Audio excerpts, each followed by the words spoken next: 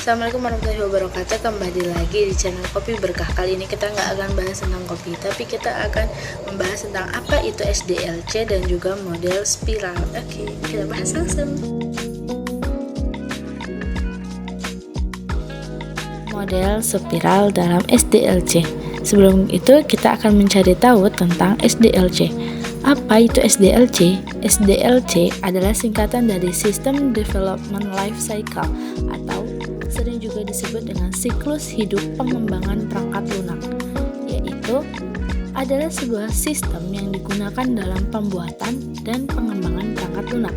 Proses ini juga hemat biaya dan hemat waktu yang bisa digunakan tim pengembang untuk mendesain serta membangun perangkat lunak berkualitas tinggi.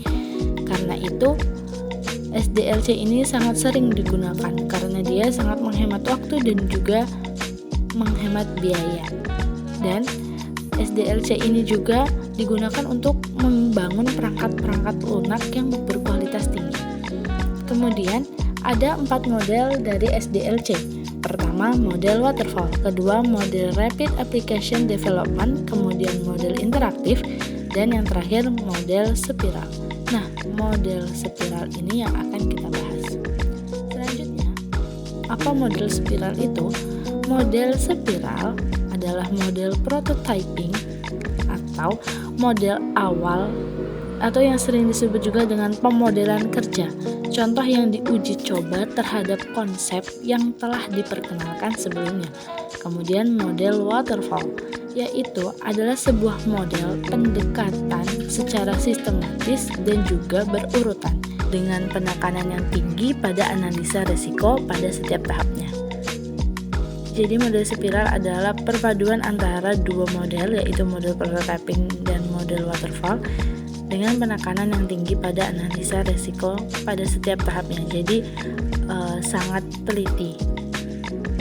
Kemudian ada 5 tahapan model spiral, yaitu liaison, planning, analisis risiko, rekayasa atau engineering, kemudian ada evaluasi.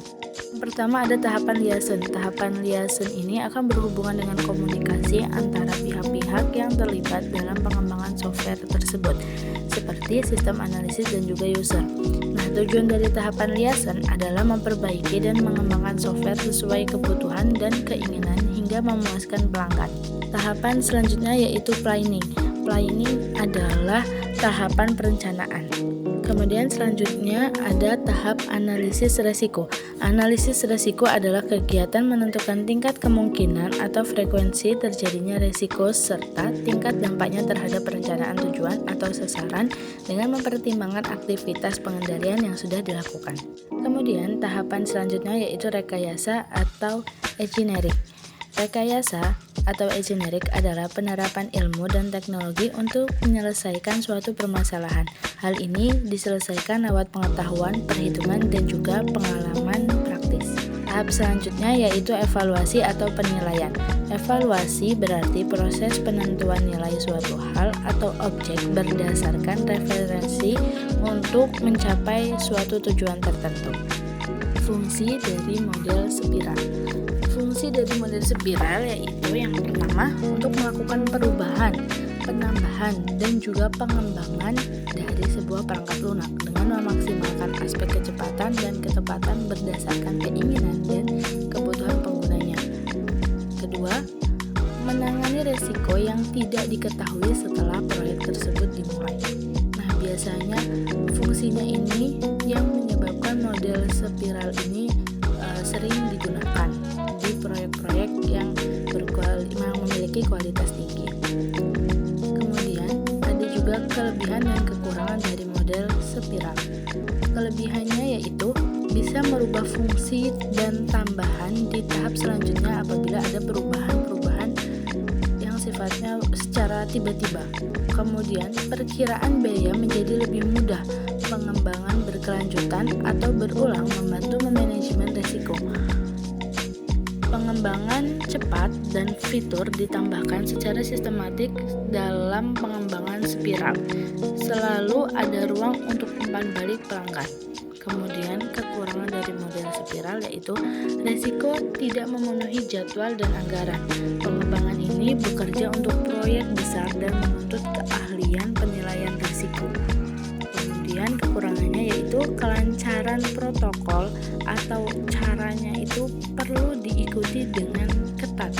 Jadi harus step by step dan juga sangat-sangat dicek atau dilihat dengan teliti. Kemudian kekurangannya ada lagi dokumentasi lebih karena memiliki fase menengah. Yang terakhir, model ini tidak disarankan untuk proyek lebih kecil karena mungkin menghabiskan banyak biaya. Jadi apabila sebuah proyek itu lebih kecil, maka tidak disarankan untuk memakai model spiral ini. Jadi nanti akan ada ketidaksesuaian antara proyeknya itu kecil, kemudian model yang dipakai itu adalah model-model untuk proyek yang memang kualitasnya tinggi. Jadi itu akan merugikan bagi proyek tersebut. Nah, itu tadi pembahasan kita tentang SDLC dan juga model spiral. Semoga video ini bermanfaat. Jangan lupa like, subscribe, dan komen ya. Kurang dan lebihnya mohon maaf. Saya undur diri. Wassalamualaikum warahmatullahi wabarakatuh. Dadah.